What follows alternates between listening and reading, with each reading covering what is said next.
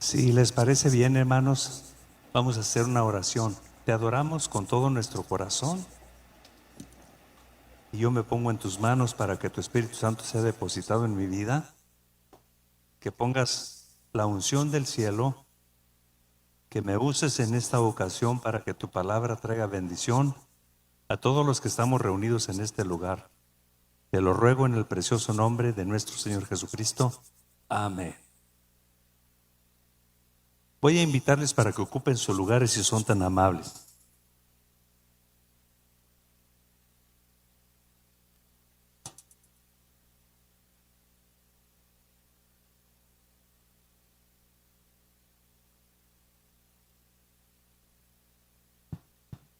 Quiero invitarlos para que demos lectura a la porción de la palabra del Señor que nos ocupa en la predicación de esta hora o en el mensaje que Dios tiene para ustedes en estos momentos.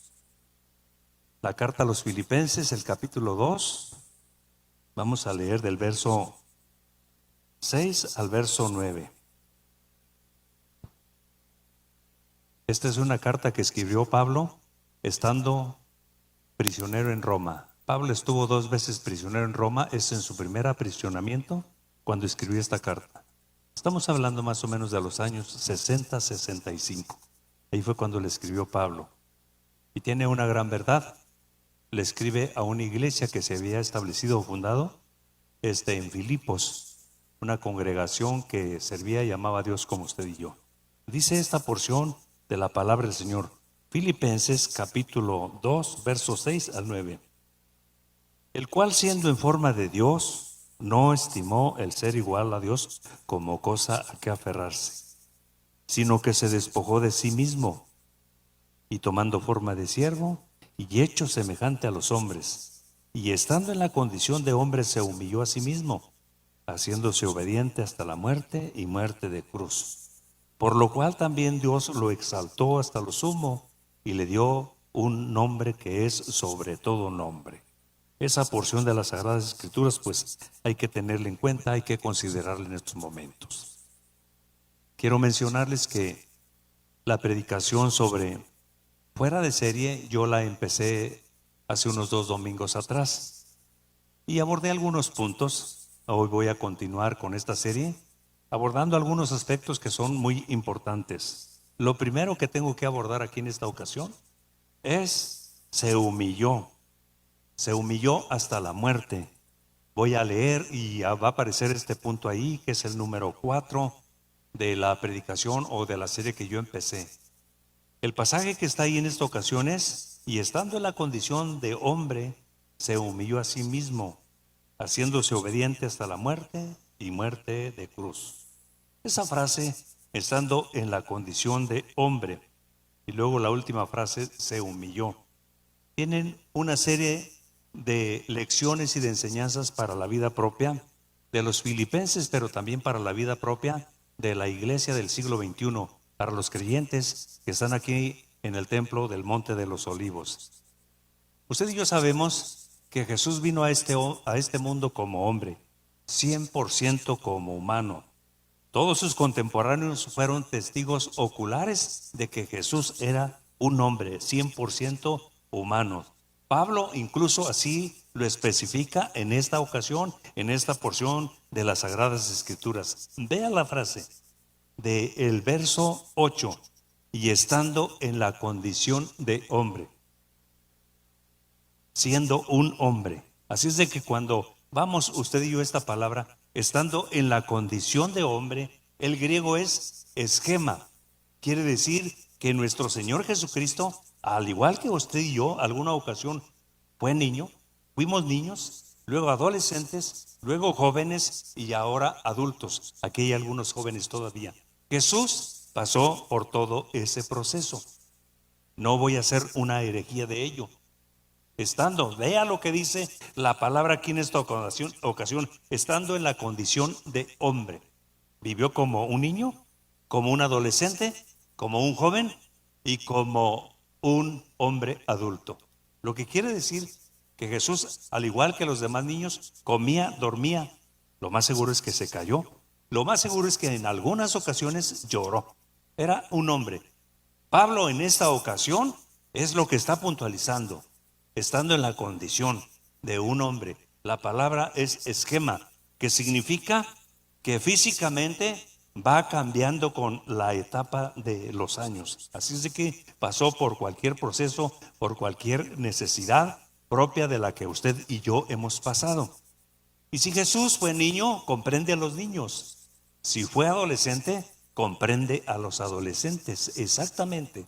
Si fue joven, comprende a los jóvenes. Puntualizo esto porque antiguamente nuestros pioneros solían decir en las congregaciones, cuando se presentaban las peticiones, oremos por los jóvenes, dice, para que no los engañe el diablo. Como que había un diablo más inteligente o más que empujaba más astuto que, porque eso nos decían y así nos enseñaron y por mucho tiempo, oremos por los jóvenes para que el diablo no los tiente porque ya los trae. Como que había un diablo más listo, más tenaz, más insistente. Bueno, pues solamente les menciono esa parte. No hay un diablo más inteligente, ni un demonio más inteligente y que esté sobre los jóvenes. El diablo, el blanco de Satanás y los demonios somos todos los que tenemos la imagen de Cristo, la imagen de Dios, los que tenemos el sello de Dios, los que hemos sido comprados con la sangre preciosa. Así que si Jesús pasó siendo un niño, comprende a los niños. Y normalmente cuando se es niño, se pasan algunos atropellos en familia. De algún familiar, de algún vecino, alguien que te pone un sobrenombre, alguien que te atropella por toda la vida, te deja marcado por toda la vida. Jesús entiende esas cuestiones. Fue un adolescente, entiende las necesidades de los adolescentes, el cambio que hay del adolescente cuando entra la pubertad, cuando deja la niñez y entra la pubertad. Lo entiende perfectamente, porque la Biblia incluso dice que Jesús fue tentado en todo, pero sin pecado.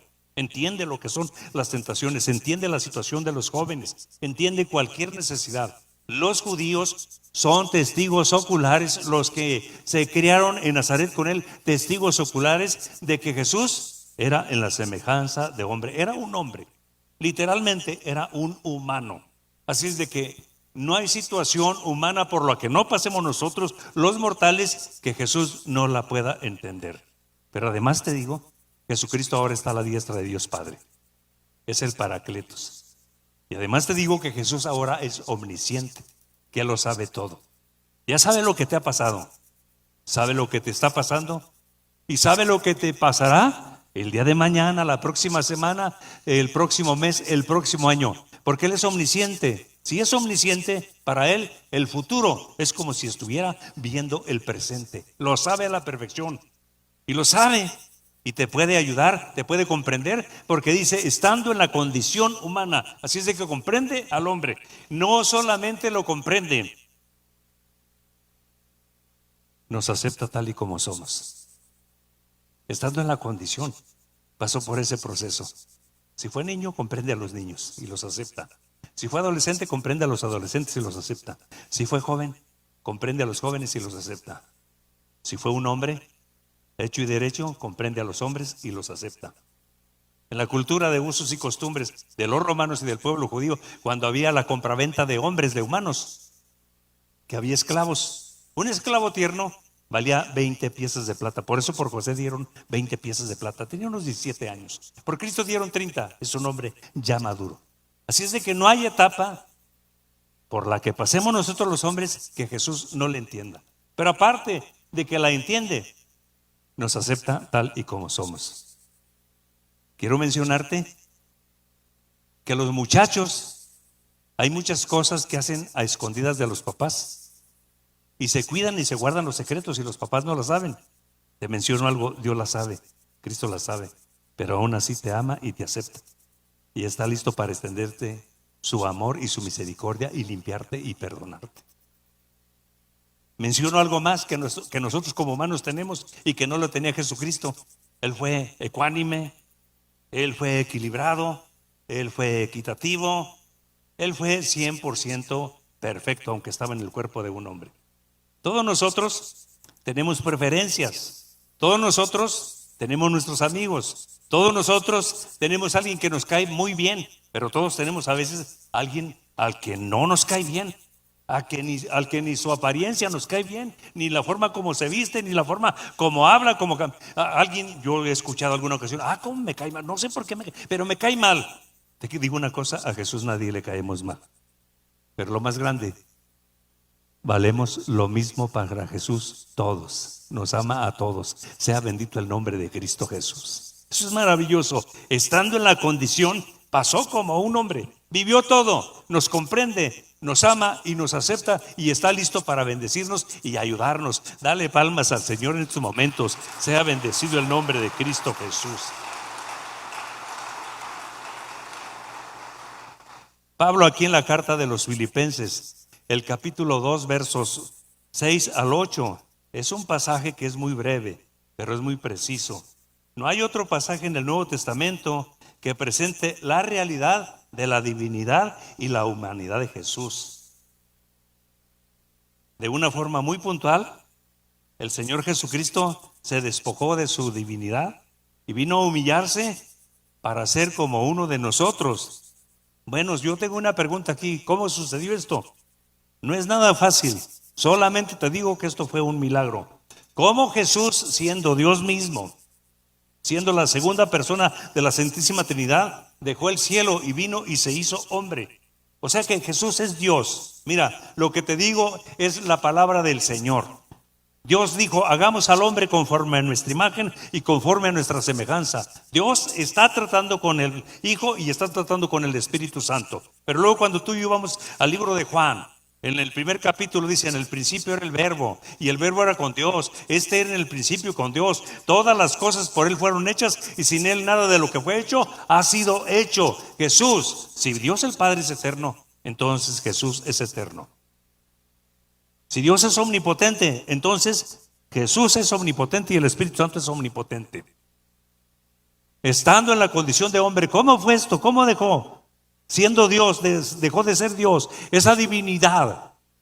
¿Cómo dejó de ser eso? No hay otra explicación más que esto es un milagro y es un acto del amor y de la gracia de Dios para todos nosotros. Todo se resume en la esencia del cielo. La esencia del cielo es amor y gracia. Dios ama al pecador y por el amor que tiene al pecador, Dios siempre tiene oportunidades para que el pecador venga y se acerque a Dios. Y por amor que le tiene al pecador, fue que Dios dijo, vamos a hacer un milagro, te vas a convertir en humano, para que vayas a la cruz del Calvario y que el hombre encuentre la manera de acercarse al cielo, de buscarme, de reconciliarse conmigo, de que la sangre de Jesucristo, el Hijo de Dios, cuando el hombre se arrepienta, lo limpie de todos sus pecados. Es un milagro, es un acto de gracia, todo es por gracia. Estamos en los caminos del Señor, por eso le digo, conoce nuestra condición. ¿Se acuerda de que somos polvo?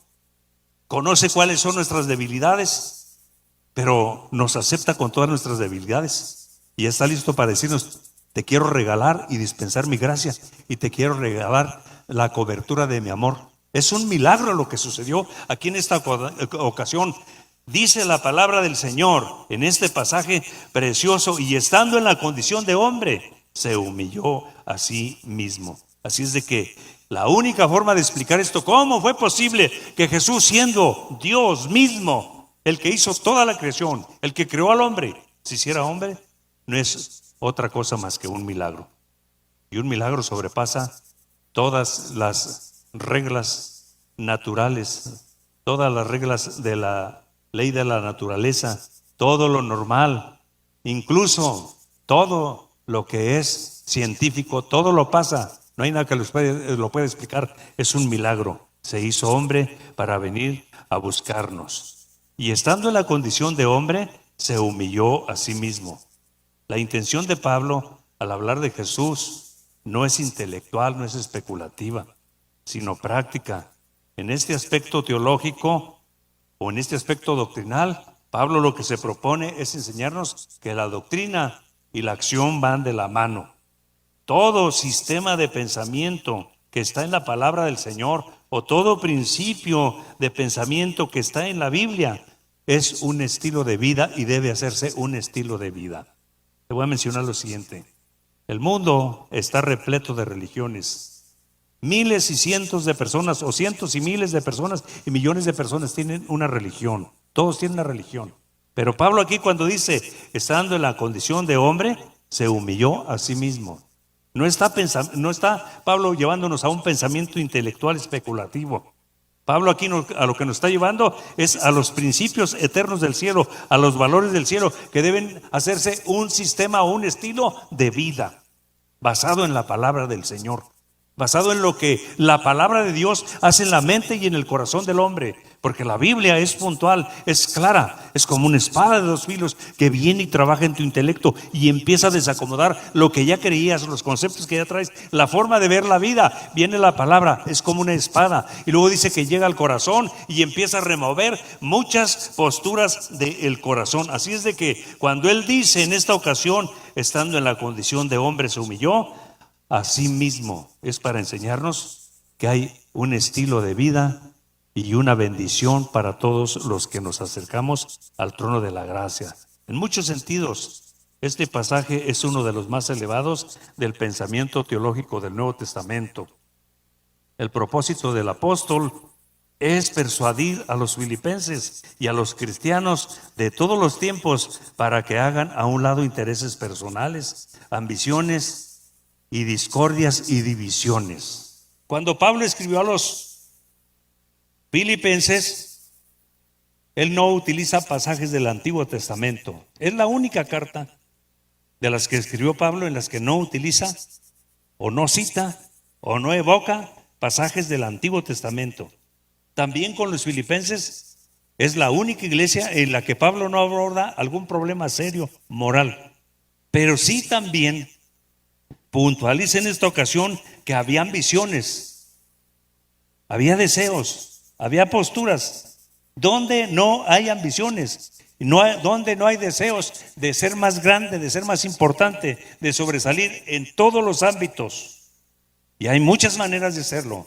Yo solamente te digo una cosa: el día que tú y yo nos convertimos a Dios, el día que Dios nos regaló el perdón de los pecados, el día que Dios nos dio el derecho de ser hechos hijos de Dios, ese día, junto con la salvación, vinieron regalos del cielo. Uno de los regalos es que el Espíritu Santo vino a posar y a morar en su templo, en nuestro cuerpo, en nuestro corazón.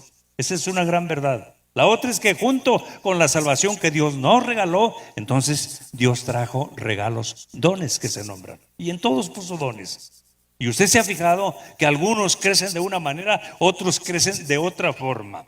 Pero a todos Dios les ha dado grandes dones. Había ambiciones entre los filipenses de ser más grandes, de tener a lo mejor algo mejor que los demás, de ser más sobresalientes que los demás, de ser más importantes. Es que eso existe en todos los medios, en todos los medios.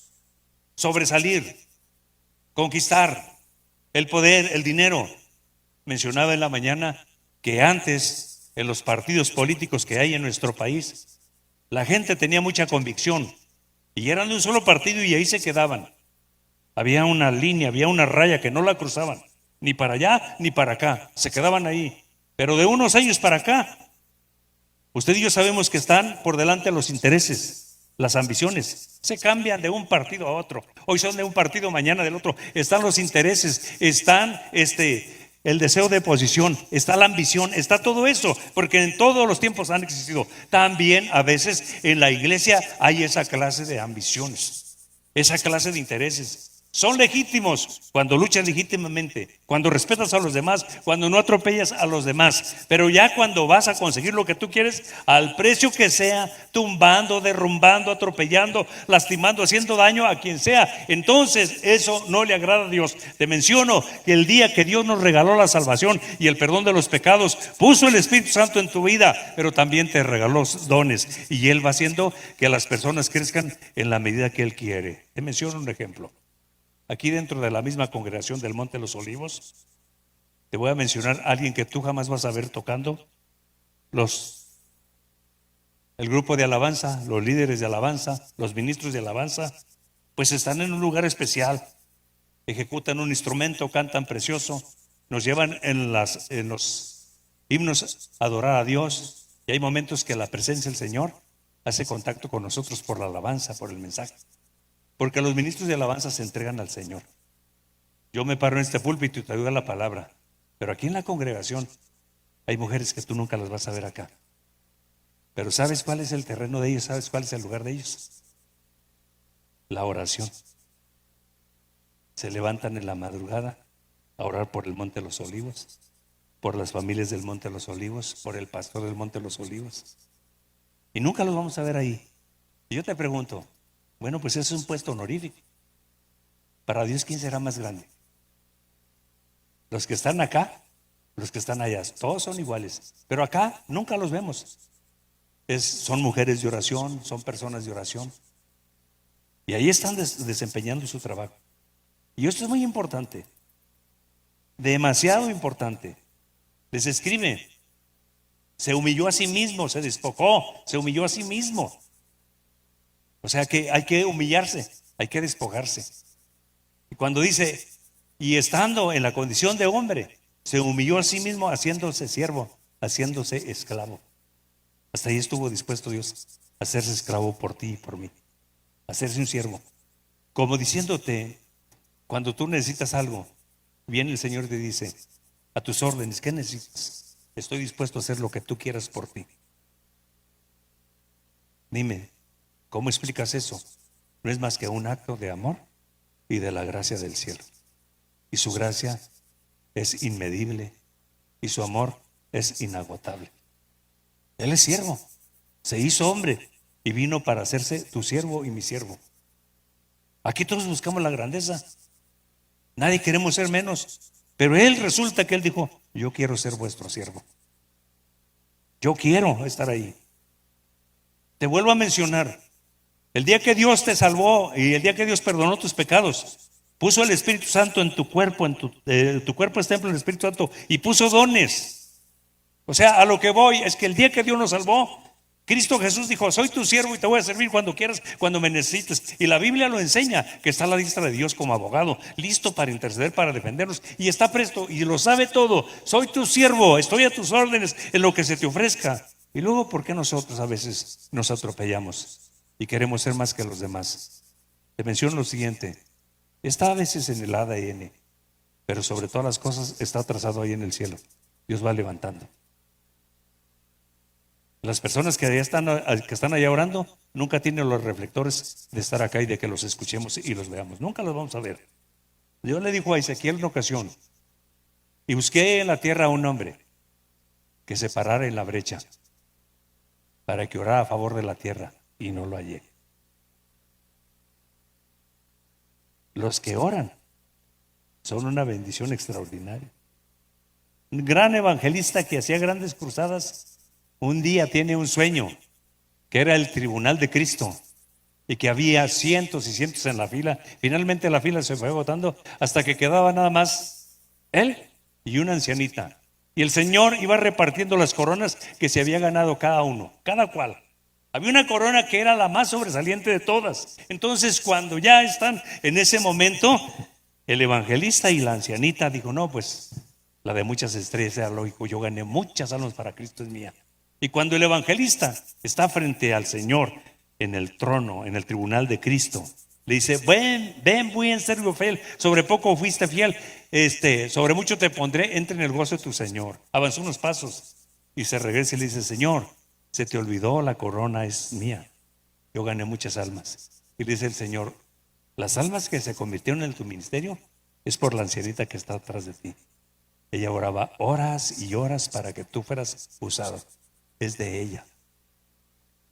Y te menciono algo, el que se convierte en nuestro siervo, dice la Biblia que es la cabeza de la iglesia y que nosotros somos miembros del cuerpo de Cristo. Te quiero dejar algo bien claro. Tú y yo fuimos salvos. Dios perdonó nuestros pecados, nos compró con su sangre preciosa. Pero si tú pensabas que el venir el domingo al culto ya estás cumpliendo, no, Dios te alcanzó para algo. Tenemos que hacer algo dentro de la iglesia y afuera con los que no conocen al Señor Jesucristo. Él es la cabeza, pero tú y yo somos miembros del cuerpo. Mira, nuestro cuerpo tiene muchos miembros, pero ninguno está de oquis. Cada uno de los miembros que tenemos en el cuerpo cumple su función, hace su tarea. Así es de que yo te menciono en esta ocasión, el que es vuestro siervo, el que dice, estoy a tus órdenes, estoy a tu disposición, en esta ocasión también te dice, quiero que me sirvas. Yo no te salvé nada más para que asistas el domingo al templo. Si tú piensas que así estás cumpliendo, bueno, ese es lo que hace los que son miembros de la iglesia tradicional. Aquí no. Si tú piensas que estás cumpliendo con eso, no es así. Algo tenemos que estar haciendo por Dios. ¿Qué piensas que pasaría si todo el monte de los olivos, en nuestros momentos que oramos y buscamos a Dios, empezamos a decirle, bendice la congregación del monte de los olivos? ¿Qué piensas que va a pasar? ¿Qué piensas que va a suceder? Si en los momentos que tú y yo oramos, no nos estamos parando aquí para dar una enseñanza, no estamos predicando, no estoy tocando un instrumento, pero en los momentos que tú y yo oramos, tal vez un minuto, le decimos, bendice la congregación del monte de los olivos. ¿Qué piensas que va a pasar? Junto con eso, otro minuto le decimos al Señor, bendice a mi familia. ¿Qué piensas que va a pasar? El cielo se va a abrir. Las puertas de los cielos se van a abrir. La gracia se va a derramar. El amor va a empezar a fluir. El Espíritu se va a empezar a mover. Y van a suceder cosas preciosas. Por lo menos tenemos que estar orando. Te invito para que hagamos así. Bendice la congregación del Monte de los Olivos y verás lo que va a suceder. El que se hizo hombre y estando en la condición de hombre se humilló a sí mismo hasta la muerte y muerte de cruz. Él nos está diciendo, soy tu esclavo. Estoy a tus órdenes. Dale palmas al Señor en estos momentos. Sea bendito el nombre de Cristo Jesús.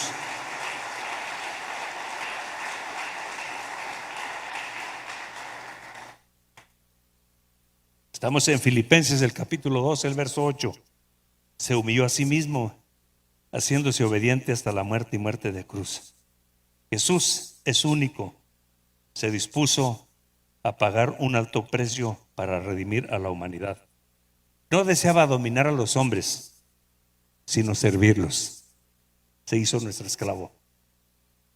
No deseaba servir a los hombres, no se deseaba dominar a los hombres, sino servirlos. No deseaba seguir su propio camino, sino el camino de Dios, aunque no era fácil. Me impresiona siempre cuando encontramos a nuestro Señor Jesucristo orando en el huerto del olivar. La mayoría de los historiadores lo ubican el día jueves. Huerto del Olivar, cerca de Jerusalén. Max Lucado lo describe, dice, todas las luces de Jerusalén ya casi todas se habían apagado. Hay 4 hombres que caminan por los pequeños callejones, porque las calles de Jerusalén a las orillas no son muy anchas. Hay 4 hombres que caminan por esos callejones, hay una que otra luz prendida. Y Jesús llega al monte del Olivar. Les dice a los discípulos, aquí espérenme. Y dice Max Lucado, se fue entre los retorcidos troncos de los olivares, viejos de muchos años. Dice, y en el susurro de los insectos y el resplandor de las estrellas de aquella noche, abrió su boca y le dijo, Padre, si es posible, pase de mí esta copa, pero no se haga lo que yo quiero hacer tu voluntad. Como diciéndole, el método que estoy por enfrentar es muy drástico, pero estoy dispuesto a obedecerlo aunque sea drástico. Y sabes una cosa, lo hizo por amor a ti y por amor a mí. Está intercediendo ahí, está rogándole a Dios. O sea que esto nos enseña que Jesús, aunque el camino que le había trazado Dios de dar su vida en la cruz del Calvario no era fácil, nos está diciendo que el camino cristiano no es fácil. Pero si Jesús venció, tú y yo podemos vencer, aunque el método sea duro. Sea bendito el nombre de Cristo Jesús para siempre. Aunque sea drástico, vamos a vencer, vamos a ir adelante y vamos a vencer. Nunca deseaba ser exaltado por sí mismo. Renunció a su gloria. Y esto es bien interesante. A veces nosotros tenemos el concepto que nuestro camino va a estar lleno de flores, lleno de rosas. Que servir a Cristo Jesús va a ser lo más sencillo y lo más fácil. Estamos sujetos a esta vida. Isaías fue muy puntual y dijo, porque tus pensamientos no son mis pensamientos, ni tus caminos mis caminos.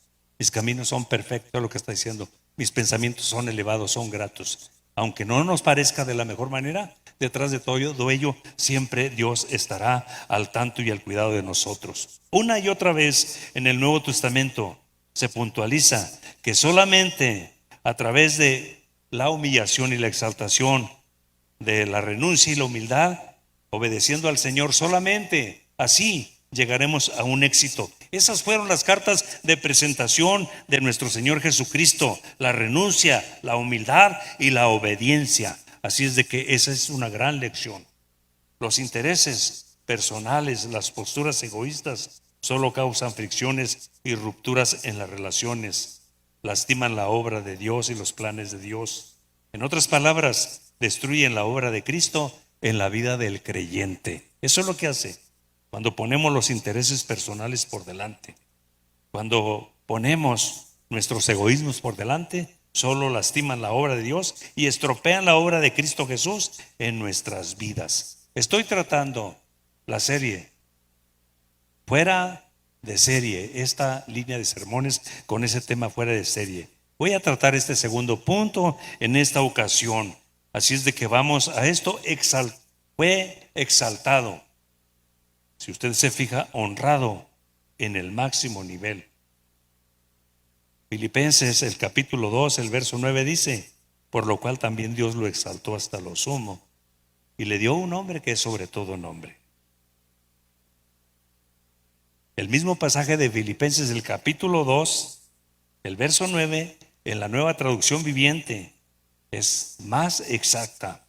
Por lo tanto, Dios lo elevó a un lugar de máximo honor y le dio un nombre que es sobre todo nombre.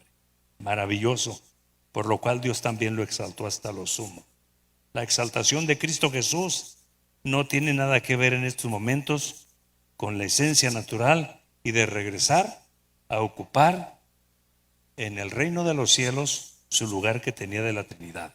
Porque dice la Biblia: por lo cual Dios también lo exaltó hasta lo sumo. No tiene nada que ver que Jesús llegara otra vez a ocupar su lugar en la Santísima Trinidad.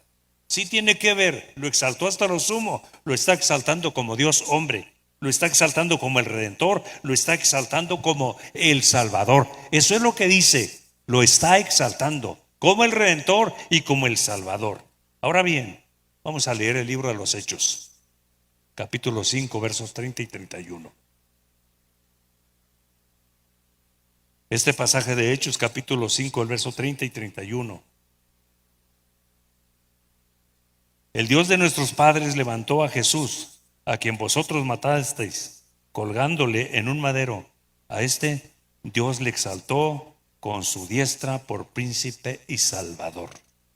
Cuando dice por lo cual Dios también lo exaltó hasta lo sumo, no está diciendo que vuelve a ocupar su lugar en la Santísima Trinidad, aunque de hecho lo ocupa, pero lo que se refiere que lo está exaltando como Dios hombre, lo está exaltando como dice aquí el libro de Hechos, el capítulo 5, el verso 31. Y a este Dios ha exaltado con su diestra por príncipe y salvador, para dar a Israel arrepentimiento y perdón de pecados. Y en Romanos, el capítulo 14, el verso 9, se puntualiza lo mismo. Porque Cristo para esto murió y resucitó y volvió a vivir, para ser Señor así de los muertos como de los que viven. Es el pasaje de las Sagradas Escrituras. Lo exaltó hasta lo sumo y le dio un nombre que es sobre todo nombre. ¿Cuál es el nombre que le da? ¿Qué es lo que Pablo está tratando de decirnos aquí? ¿Cuál es el nombre que Dios le dio a nuestro Señor Jesucristo? No podemos estar tan seguros qué es lo que Pablo tiene en mente aquí, porque dice, y le dio un nombre que es sobre todo nombre. Los nombres de nuestro Señor Jesucristo, usted y yo los conocemos. Isaías profetizó algo sobre ello. ¿Le gustaría abrir su Biblia en el libro de Isaías, el capítulo 9, el verso 6? Y le dio un nombre que es sobre todo nombre. Porque un niño nos es nacido, hijo nos es dado, el principado sobre su hombro, y será llamado su nombre admirable, consejero, Dios fuerte, Padre eterno, príncipe de paz. Y le dio un nombre que es sobre todo nombre. Algunos de estos nombres son actividades, son declaraciones donde está siendo honrado nuestro Señor Jesucristo. Y le dio un nombre que es sobre todo nombre. ¿Se refiere a eso? ¿Qué es lo que Pablo nos está diciendo? Lo elevó al máximo nivel. y le dio un nombre que es sobre todo nombre. ¿Quiere leerlo otra vez conmigo? Isaías capítulo 9, el verso 6. Porque un niño nos es nacido, hijo nos es dado. Está hablando de Cristo Jesús. Y el principado sobre su hombro. Y será llamado su nombre admirable, consejero, Dios fuerte, Padre eterno, príncipe de paz. Pero ¿qué tal si usted va conmigo al libro de Mateo, capítulo 1, y leemos el verso 21? Vea lo que dice aquí la palabra del Señor. Y dará a luz un hijo y llamará su nombre Jesús. En el hebreo es Yeshua, porque él salvará a su pueblo de sus pecados. Pero ¿qué tal si usted va conmigo al verso 23 de este mismo capítulo? Y he aquí, una virgen concebirá y dará a luz un hijo y llamará su nombre Emmanuel. ¿Cuál es el nombre? ¿Qué es lo que Pablo tiene en mente? No es fácil saber qué es lo que Pablo tiene en mente. Vea lo que dice la palabra del Señor en esta ocasión. Y le dio un nombre que es sobre todo nombre. ¿Cuál? Consejero, príncipe de paz, Dios eterno, admirable, Yeshua. Ese nombre ya lo tenía, que significa él salvará a su pueblo de sus pecados. Emmanuel, Dios con nosotros. ¿Cuál es el nombre? ¿Qué es lo que Pablo tiene en mente? Para que toda lengua que confiese que Jesús es el Señor. El término es Señor. En griego es Kurios. Es el nombre que se le daba a Dios. Los judíos en el tetragramatón a Dios le decían Señor. El término Señor en la cultura judía, en la cultura romana, el término Señor significa que es lo que está por sobre todas las cosas. Y le darán un nombre. Y sabe una cosa, el único que se merece ese título o ese nombre es el Dios Todopoderoso, el que está sentado en el trono. El único que se merece ese nombre, que es sobre todo nombre, es Cristo Jesús, porque aplastó a los demonios en la cruz del Calvario, conquistó la muerte, venció la muerte y alcanzó la salvación de nuestros pecados, alcanzó la salvación de su vida y de nuestra vida, llevó nuestros pecados en la cruz del Calvario. El nombre es Señor, es Kurios, aplicado para Dios. A Dios se le puede decir Señor, y así le hablamos a veces. En lugar de decirle mi Dios, decimos mi Señor, porque es el único. Señor significa que está sobre todas las cosas. Por eso usted va a encontrar la frase Rey de Reyes, que significa que está sobre todos los reyes. Señor de señores, que significa que está sobre todos los señores. Y el único que se merece ese nombre es Dios y es Jesús. Hay muchos dioses en el mundo, millones de dioses en todo el mundo, pero nadie iguala a Jehová Dios, a quien usted y yo servimos. Jehová Dios es el Señor. Jesucristo es el Señor y le dio un nombre que es sobre todo nombre. Ese es el nombre de Cristo Jesús, a quien usted y yo servimos. Yeshua, porque Él salvará a su pueblo de sus pecados. Eso es bien interesante. Es una gran bendición la que tenemos aquí en este nombre. En esta ocasión, en el nombre que le dan a nuestro Señor Jesucristo. Es una declaración preciosa para que toda lengua confiese que Jesús es el Señor. Es el nombre que se le da aquí en esta ocasión. De una forma muy especial, cuando usted y yo le decimos a Jesucristo, mi Señor, mi Salvador, le estamos adorando, le estamos rindiendo pleitesía, le estamos maximizando, le estamos diciendo, no hay nadie como tú. Solo tú eres perfecto, solo tú eres excelente, tú eres inmortal. Sea bendito el nombre de nuestro Señor Jesucristo. Y le dio un nombre que es sobre todo nombre. Maravilloso es Dios. Esta gran verdad que tenemos aquí en la palabra del Señor trae una gran bendición a nuestras vidas. El Señor, ante quien todos los dioses o todas las divinidades se postran, y nadie tiene el poder como el que tiene nuestro Dios. Nadie, absolutamente. Ningún otro Dios en todo el mundo tiene el poder que tiene Jehová nuestro Dios, porque Él es el Señor, el que está sobre todos. Ningún otro Dios, ninguna otra divinidad en todo el mundo, porque todos los hombres tienen sus dioses, tienen sus divinidades. Ningún otro Dios, ninguna otra divinidad tiene el poder que tiene nuestro Señor Jesucristo. está a la diestra de Dios Padre. Y le dio un nombre que es sobre todo nombre. La palabra del Señor es bien especial, es bien maravillosa. Un nombre que pudiéramos darle a nuestro Señor Jesucristo es decir que Él es el Paracletos, el que está en lugar de o al lado de. Quiero que leamos este pasaje de las Sagradas Escrituras, Primera de Juan capítulo 2, verso 1 y verso 2. Quiero que vea esto. Vea esto que es maravilloso. Hijitos míos, estas cosas os escribo para que no pequéis. Y si alguno hubiere pecado, abogado tenemos para con el Padre a Jesucristo el justo. Es nuestro abogado, el Paracletos. Y le dio un nombre, es un abogado. Y sabes una cosa, Jesucristo nunca pierde un caso, todos los gana. Es el único que puede litigar por los pecados ante Dios el Padre.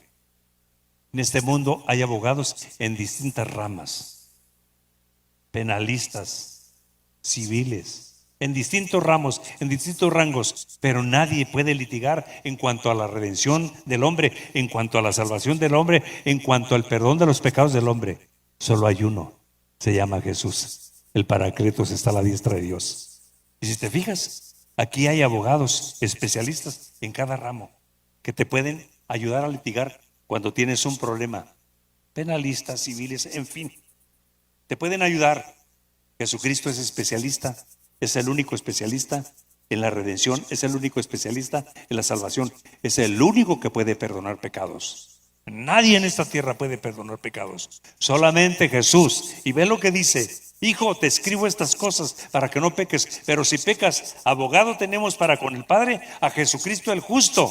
Y luego dice, Él es la propiciación. Hay otra Biblia que dice, Él es la ofrenda por tus pecados, y no solo por los tuyos, por los de todo el mundo, porque Jesús es Señor de todo el mundo.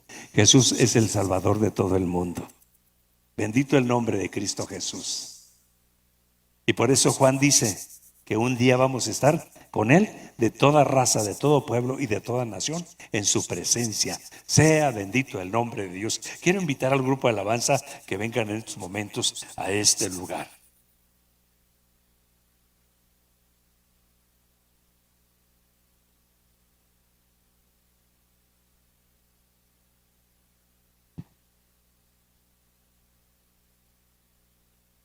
¿Quieren estar de pie, hermanos, si son tan amables?